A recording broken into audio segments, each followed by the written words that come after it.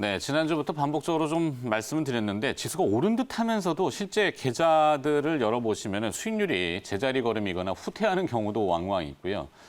지수가 어떤 형태로 지금 가고 있는지 모호합니다. 환율은 1,200원 근처에 붙어 있고, 자, 그래서 좀 돌파구가 무엇인지 테크니컬 분석과 그 베이스를 통해 하고 시장 전략을 명확하게 다시 한번 또 짚어드리는 시간이고요. 오늘은 개인적으로는 제가 또 좋아하는 애널리스트입니다. 유안타증권 리서치센터 투자전략팀의 정인지 연구원과 함께하겠습니다. 어서 오십시오. 네, 안녕하십니까. 네, 오랜만에 뵙습니다. 네, 타사에선 자주 뵙었는데. 네. 자, 우리 국내에 또 이 테크니컬 분석으로 몇 안 되는 소문에 꼽히는 실력자시니까 시장을 좀 여쭤봐야 되는데 요즘 파생 쪽을 많이 다루신다고요? 네, 투자 네, 전략으로. 네, 예. 파생 쪽 하면은 시장 이슈는 그거 아니겠습니까? 선물 가격과 현물 가격의 역전. 네. 네, 그래서 이제 정상적인 시장은 선물 가격이 높고 현물 가격이 조금 낮은 이런 컨탱고가 정상인데 네. 이게 뒤집어져갖고 네, 네. 백워데이션, 역조 현상을 나타내고 있는데 그 원인이 무엇인지 파악을 하고 계신지요? 뭐 다들 아시겠지만 시장이 지난 3월 달에 코로나 이슈로 급락을 하면서 우리가 공매도라고 그러죠. 주식을 빌려서 이렇게 팔아서 시장의 하락 압력이 되는 그런 거를 이제 금융당국에서는 규제를 하기 시작을 했습니다. 그래서 과거에 2008년도나 2011년도의 폭락장에서도 공매도를 몇 달 정도 이렇게 제한한 적이 있었는데 네.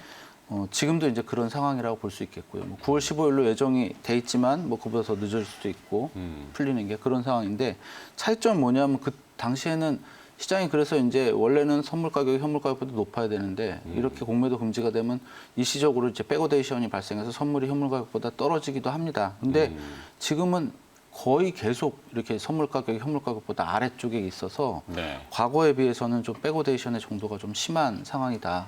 그렇게 설명드릴 수가 있겠습니다. 그러니까 쉽게 정리하자면은 외국인 투자자와 일종의 기관 투자자도 되고 롱숏 전략을 구성하는 인덱스를 매매하는 그런 펀드들도 그렇고 일단은 이 공매도라는 것이 사실은 불법은 아니잖아요. 적법한 건데도 불구하고 시장에 너무 충격을 많이 주다 보니까 금융당국에서 규제를 하고 못하게 하다 보니까 선물 매도만 조금 해지 현상으로 이렇게 하다 보니 현물 가격은 강한데 선물이 약해져가지고 약간 백오데이션이 나는 그런 것도 좀 있을 수 있죠. 예, 그렇습니다. 근데 이제 지금 특징이 이제 과거에 차익 거래를 금지했던 기간보다도 좀 더 과도하게 선물 가격이 계속 현물 가격 대비 낮은 현상이 계속 되고 있다라는 게 조금은 좀 차이가 있는 상황이라고 보입니다. 이렇게 장기간 백워데이션을 나타내는 적을 저도 별로 본 적은 없는 것 같은데 거의 없다고 봐야 되겠죠. 기억력이 좀 한계가 있기 때문에 이렇게 장기간 오랫동안 지속되는 백워데이션 현상 이건 어떻게 봐야 될까요? 글쎄요, 이제 선물 시장의 체질이 많이 변했다라고 생각합니다. 선물 가격은 사실은 선물 시장 크게 이제 해지하시는 분들, 그다음에 이제 투기적 거래를 하시는 분들, 차익 거래를 하시는 분들 이런 분들이 이제 어우러지면서 이제 가격이라는 걸 만들어 나가는데 지금 한국 시장에서 옛날에 2008년도나 2011년에는 선물 시장이 굉장히 활발한 투기적 거래 시장이었습니다. 어마어마했죠. 예. 근데 지금은 이제 그 분들이 거의 이제 시장에서 이제 활동을 좀 줄어들었고요. 그래서 지금 이제 그 차트를 혹시 보시면 기관 매매 비중이 굉장히 줄었습니다. 과거에 2011년에 2008년도에는 한 30%대에서 왔다 갔다 했었는데 지금은 겨우 12% 정도로 줄었습니다. 근데 이 기관 매매 비중이 이렇게 줄은 이유가 뭐냐면은 기관에서도 예전에는 투기적 거래를 많이 했었거든요. 그런 걸 하는 운용 부서들이 있었는데 지금은 그분들은 거의 다 그런 부서가 없어지고 주로 이제 해지 내지는 차익 거래 위주로 하다 보니까 시장에서 이렇게 공격적으로 이렇게 매매를 하기보다는 차익 거래 중심으로 이렇게 돌아가다 보니 지금 차트 나오고 있는데 저 우측 차트 보시면 지금 기관의 어떤 매매 비중을 나타낸 겁니다. 근데 보시면 아시겠지만 선물 매매 비중인데 만기일만 이렇게 뿔뚝뿔뚝 올라가는 경우가 많아요. 뭐냐면은 평소에는 이제 공격적으로 거래를 안 하다가 주로 이제 해지나 차익 거래를 하다 보니까 소극적 거래만 하고 만기일 날 이제 그 포지션 청산하느라 거래가 늘어나는 거죠. 근데 보통은 이제 투기적 거래를 많이 하는 분들은 이제 저게 만기일이랑 큰 상관이 없이 그냥 막 이렇게 올라가는데 이제 그리고 이제 좌측에 보시면 아시겠지만 뭐 기관 투자자 비중 12.1%로 낮아졌고 외국인 비중만 높아졌고 개인도 낮아졌습니다. 그래서 시장의 어떤 역동성이라는 가격 발견 기능이 굉장히 낮아진 상황에서 뭐 이런 현상이 좀 나타나지 않았나 이렇게 생각이 되고요. 네. 자, 뭐 일단 파생 쪽은 그렇다 치더라도 최근에 보면 동학 개미 운동, 뭐 개인 투자자들의 매수, 현물 매수죠. 물론 이 파생 시장의 참여가 과거에는 굉장히 투기적이었어요. 그래서 당국이 또 막 증거금이라든지 뭐 자격 요건이라든지 이거 진입 장벽을 높여놓다 보니까 파생 시장이 좀 얇아진 것도 있을 거고. 네. 거기에 이제 공매도까지 지금 금지를 해놓으니까 더 그런 거고. 근데 개인 투자자분들의 주식 현물 매수 내지는 뭐 ETF 매매도 좀 있으실 수 있겠는데 어떨까요? 코스피가 추가적으로 상승할 수 있는 여력이 좀 엿보이는지 파생 애널리스트로서 보이는 부분이 있나요? 뭐 일단은 우리가 시장에서 이제 뭐 경제 활동을 재개하는 게 긍정적인 이유가 돼서 뭐 시장이 올랐다 이런 얘기들을 많이 하지만 시장은 이미 경제 활동 코로나 이전 수준까지 거의 회복을 했습니다. 뭐 신고가를 내지는 못했지만 연초 주가 수준까지 거의 회복을 한 상태이기 때문에 네. 여기서 경제 활동이 재개되기 때문에 더 올라간다라고 얘기하는 건 조금 이제 어폐가 있는 상황인 거죠. 주가가 이제 그런 것들을 선반영했다. 근데 가격적으로는 조금은 이제 부담이 되는 상황이고, 그다음에 우리가 이제 신고가를 내는 종목들이 많이 있습니다. 뭐 미국엔 테슬라 같은 종목들이 있고, 그런데 그 이유는 이제 언택트 관련해 가지고 우리가 4차 산업혁명이라고 계속 얘기를 했던 종목들이 그 이슈들이 몇 년 전부터 얘기는 되고 있었지만 이제 코로나 사태 터지면서 굉장히 빨리 다가오고 있고 그게 또 사람들한테 굉장히 또 이슈가 되고 있는 부분들이 있기 때문에 뭐 이런 게 이제 어우러져 가지고 이제 조건이 하나죠. 이제 경제 활동이 완전 정상화되는 거랑 그다음에 네.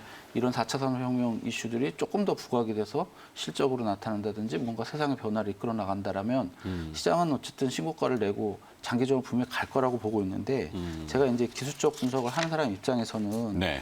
이제 사실 바닥에서부터 지금까지 조정이 없이 올라왔습니다. 거의 그렇죠. 조정 없이 올라왔고 최근에 조정이 좀 횡보를 하긴 했지만 아직까지도 60일 평선은 저쪽 2,000포인트 수준까지 아래에 있거든요. 보통은 주가가 어느 정도 이제 새로운 상승률을 접어들기 위해서는 어떤 조정이라는 시간이 필요한데 네. 이건 조정은 하락이랑은 다른 얘기입니다. 그렇죠. 쉬어간다는 얘기인데 일반적으로는 60일 평선 정도까지는 쉬어가야 주가가 이제 또다시 어떤 새로운 추세를 만들 수가 있겠고요. 60일 평선까지 간다고 또 2,000포인트까지 하락한다고만 얘기할 수는 없습니다. 그렇죠. 횡보를 하다 보면 이 평선이 올라와서 올라가죠. 수도 있거든요. 그래서 일단 지금은 좀 쉬어가는 게 맞는 국면이다라고 생각이 되고요. 다만 우리가 여러 가지 흐름들, 뭐 기술적인 것뿐만 아니라 뭐 4차 산업혁명 시대의 도래, 뭐 이런 것들을 이제 고려하고 또 코로나도 이제 언제 될지 모르겠지만 조만간 백신이 나올 거기 때문에 시장은 결국은 장기 상승이 유지될 거다라고 보고 있습니다. 그러니까 뭐 가격 조정 쪽보다는 기간 조정. 그러니까 네네. 옆으로 들었다 놨다 들었다 놨다 예. 하면서 어느 순간 딱 열어봤더니 지수는 아직도 거기네 이런 것처럼 그죠. 네. 근데 지금 이제 좀 그게 이어지고 있긴 한데. 예. 그러다가 너무한 거 아니야? 왜 이렇게 시장이 안 움직이지? 도저히 못 참겠네 싶은 상황이 되면 지쳐서. 추세가 나겠죠. 그렇죠. 예. 지쳐서 예. 나가는 순간 추세가 또 나오는. 참 어려운 시장입니다. 코스닥 시장 전망은 좀 어떻게 보세요? 기술적으로 보이는 것들이 좀 특이사항이 있나요? 뭐 코스닥 시장은 차트를 조금 보시면서 그럴까요? 말씀드릴 수 네. 있을까요? 예. 코스닥 시장은 보시다시피 이게 지금 주봉 차트인데 2019년 고점까지도 올라왔습니다. 굉장히 강하게 올라왔고요. 우리가 코로나 터지면서 뭐 바이오 관련 이슈들, 그다음에 4차 산업혁명, 뭐 언택트 관련 이슈들 이런 것들이 이제 코스닥 시장에 있는 주요 종목들과 관련이 있어서 그런 것 같고 문제는 우리가 지금 코스닥은 2018년 초부터 장기 하락이었습니다. 이번 코로나 때문에 좀 더 빠지긴 했지만 네. 장기 하락 국면이었고 이번 반등을 통해서 그거를 회복을 했습니다. 그래서 지금 어쨌든 2019년 고점 정도에 도달했고 아까 말씀드린 것과 비슷한 이유로 단기적으로는 좀 상승이 계속되긴 쉽진 않겠지만 어쨌든 장기 하락 추세선 돌파했고요. 주봉으로도 조정이 나온다면 어쨌든 또 이제 새로운 어떤 상승 국면에 접어들 가능성이 높은 상황이라서 역시 좀 조정 가능성을 단기적으로는 얘기를 할 수 있겠고요. 뭐 많이 빠진다 하더라도 이번 연초 고점 때인 690포인트 정도 수준을 크게 이탈하지는 않겠지만 뭐 기간 조정 후에는 다시 또 상승세 이어지지 않을까. 그리고 상대적으로는 여전히 강한 흐름을 보일 거라고 예상이 됩니다. 추세를 이탈하는 게 확인이 안 됐는데 굳이 꺾인다라고 예단할 필요 없다, 그죠?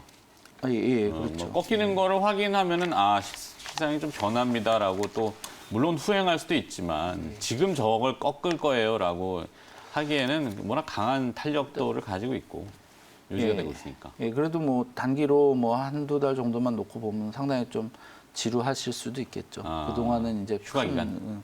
의미가 없는 움직임이 있을 가능성이 높습니다. 그렇군요. 자, 그러면 또 한 가지 공포지수라고 불리는 빅스라고 있잖아요. 이제 네네. 변동성 지수 이렇게 얘기하는데 막 우왕좌왕거리다 보면은 오르락 내리락 해서 이 변동성 지수라는 게 이렇게 올라가는. 근데 최근에 보면은 하락세를 좀 빅스가 좀 보여주고 있다. 네네. 이렇게 얘기들 하던데 시장이 좀 안정화되어 간다는 의미를 볼 수 있는지. 이게 왜냐하면 이게 코로나19라는 게 표면적으로는 계속 확진자가 늘어나고 전 세계 몇몇 명의 뭐 억 단위로 내년도에 뭐 몇억 명이 될 거다 이렇게도 얘기 나오니까 공포스럽잖아요. 사실. 근데 데이터는 그렇게 얘기를 안 하고 있더라. 빅스라는 건 이제 옵션의 이제 내재 변동성이라는 걸 가지고 지표화시킨 건데요. 네. 옵션 내재 변동성은 옵션에 포함된 어떤 옵션의 밸류에이션이라고 그래야 되나요? 옵션 가격이 많이. 그러니까 지금 기초자산 가격이 같은 수준에 있다 하더라도 향후에 크게 하락한다든지 크게 상승할 것으로 예상이 된다면 이제 옵션 가격은 기초자산 가격 대비로 상당히 고평가가 되는 거죠. 이제 그러면 빅스가 올라간다고 얘기를 하는 거고. 그 얘기는 시장의 어떤 변동성이 아직도 살아 있다라고 사람들이 생각을 할 때 그런 현상이 나타나는데 빅스 차트 보시면 아시겠지만 K-빅스입니까? 아니면 미국의 빅스? 우리나라의 우리나라 빅스. 코스피 빅스? 빅스라기보다는 내재 변동성. 내재 변동성. 대표 내재 변동성 차트인데 그게 이제 가중 평균한 게 이제 근월물 오늘물 가중 평균한 게 빅스라고 할 수 있겠고요. 저건 이제 근월물 중심으로 자료를 만든 건데 문제는 이제 우리가 코로나 이슈 터지기 전에 제가 선으로 그려놨지만 20%를 잘 안 높습니다. 빅스가. 작년 8월 달에 일본 그 수출 규제 이슈로 폭락을 했었죠. 시장이 패닉이었는데도 불구하고 25%까지밖에 안 갔었거든요. 지금 22% 수준입니다. 물론 우리 코로나로 한참 급락할 때는 이게 뭐 70%까지 올라갔었어요. 거의 뭐 정상, 완전 비정상이었죠. 그래서 지금 이제 완화가 주가가 반등하면서 보시다시피 완화가 되고는 있는데 아직도 20%, 22% 수준이라면 파란색 선을 얘기하는 것이죠. 굵은 파란색 선을 말씀드립니다. 과거에 어떤 뭐 패닉까지는 아니지만 뭐 중기적으로 이렇게 하락 추세 형성했던 그 수준 정도까지 지금 와 있는 거거든요. 그래서 시장이 지금 어떤 역사적 변동성이라고 그래야 되나요? 움직임 폭 자체는 굉장히 줄어들고 있지만 투자자들이 생각하시는 거는 그래도 한 번쯤 뭐 폭등이나 폭락이 있을 가능성이 있다. 이런 불안감을 떨치지 못하고 있는 상황이라고 생각이 됩니다. 근데 제가 아마 20% 아래로 내려가서 좀 더 안정화되는 모습이 나오면 뭐 시장이 좀 신고가를 내고 상승할 수 있지 않을까. 근데 다만 아직은 조금 더 기다려야 되는 상황이다. 이렇게 얘기가 되고 있습니다. 그러면 결론을 짓자면은 결국에는 시장이 급격한 가격 조정은 지금 예상하기는 좀 어렵고 뭐 이벤트가 돌출적으로 등장하는 거예요. 우리가 전혀 모르잖아요. 근데 대충 보면은 좀 쉬어가야 된다 이런 톤이신 것 같아요. 약간 톤 다운을 해서 그러면 기술적으로는 좀 조정이든지 뭐 등락이라든지 이렇게 예상하시는데 그렇게 보시는 명확한 근거를 다시 한번 정리를 좀 해주시고 조언을 좀 해주신다면. 일단은 뭐 많이 올랐다라는 거죠. 우리가 코로나 사태가 터지기 전 주가 수준까지 이미 주가가 올랐고 거기서 새로운 어떤 모멘텀을 찾아서 우리가 새로운 신고가를 이제 형성을 해 나가야 되는데 그러기에는 아직까지는 조금 더 확인 과정이 필요하고 코로나 이슈도 완전히 해결됐다라고 얘기할 수는 없습니다. 물론 뭐 코로나가 다시 재유행을 한다 하더라도 지난 3월 같은 폭락은 나올 가능성이 굉장히 낮다고 보고 있지만 그렇다고 또 완전히 해결이 돼서 경제 정상화됐다라고 보기도 어려운 상황이기 때문에 이런 어떤 지금 모멘텀들이 조금 더 이제 힘을 받을 수 있을 만한 시간이 좀 필요한 상황이다. 그리고 이제 투자자들도 이제 우리 그 동학 개미운동이라고 개인 투자자들이 매수를 많이 했지만 그분들 기본적인 성격이 뭐냐면 저가 매수입니다. 저가 매수. 싸다 생각해서 들어왔는데 이미 지금은 저가 매수를 할 수 있는 가격대는 아닙니다. 새로운 어떤 뭐 이미 많이 오른 종목들을 중심으로 또 사 들어가고 그래야 될 텐데 그러기에는 조금은 좀 시간적인 조정 뭐 가격적인 조정도 조금은 필요하지 않나 이렇게 생각됩니다. 네. 그리고 또 한 가지 예전에는 그 섹터별로 많이 또 테크니컬 분석을 해주셨잖아요. IT 대형주, 특히 이제 동학개미운동의 주축은 삼성전자와 SK하이닉스 관심이 많으신 분들이 있어요. 그리고 또 정부도 이번 주에는 이제 소부장과 관련된 맥락을 또 이렇게 쭉 저희가 4차 산업혁명 많이 얘기들 하지만 IT 쪽의 어떤 그 분석의 현재 상황, IT가 응축되어 있는 이런 것들은 좀 아이디어가 없나요? 근데 뭐 차트로 보여드릴 수 있는지 모르겠는데 네. 삼성전자나 하이닉스 같은 경우 특히 삼성전자 뭐 이번에 실적 발표 중심으로 해가지고 얘기들이 많이 되고 있는데 지금 화면에 나오고 있는 삼성전자 나오고 있지만 제가 죄송합니다. 네. 월봉 차트를 한번 보실게요. 삼성전자의 월봉인가요? 예. 삼성전자는요 60개월 선 5년 평균가에 닿았을 때 보통 시세가 크게 납니다. 장기적으로는요. 근데 지금 같은 경우는 사실 이제 2017년에 상승을 하고 올해 연초에 또 신고가를 내긴 냈었죠. 코로나 이슈로 다시 하락하긴 했지만 충분한 조정은 좀 받지 못했다라고 생각이 됩니다. 그리고 지금도 이렇게 강하긴 한데 그래서 이렇게 강할 때는 보통 어떤 모습 보이냐면은 기간 조정을 계속 보이게 되죠. 그래서 제가 생각할 때는 삼성전자는 뭐 크게 빠질 폭은 별로 없다라고 생각이 되고 단기적으로도 상승세 이어갈 수 있겠지만 또 신고가 연중 신고가를 내는 흐름으로 이어지는 거는 좀 지금으로서는 조금 더 좀 두고 볼 일이 아닌가 그렇게 생각을 하고 있습니다. 알겠습니다. IT 삼성전자 얘기까지 들어봤고요. 오늘 유한타증권 리서치센터 투자전략팀의 정인지 연구원이 수고를 해주셨습니다. 고맙습니다. 네, 감사합니다.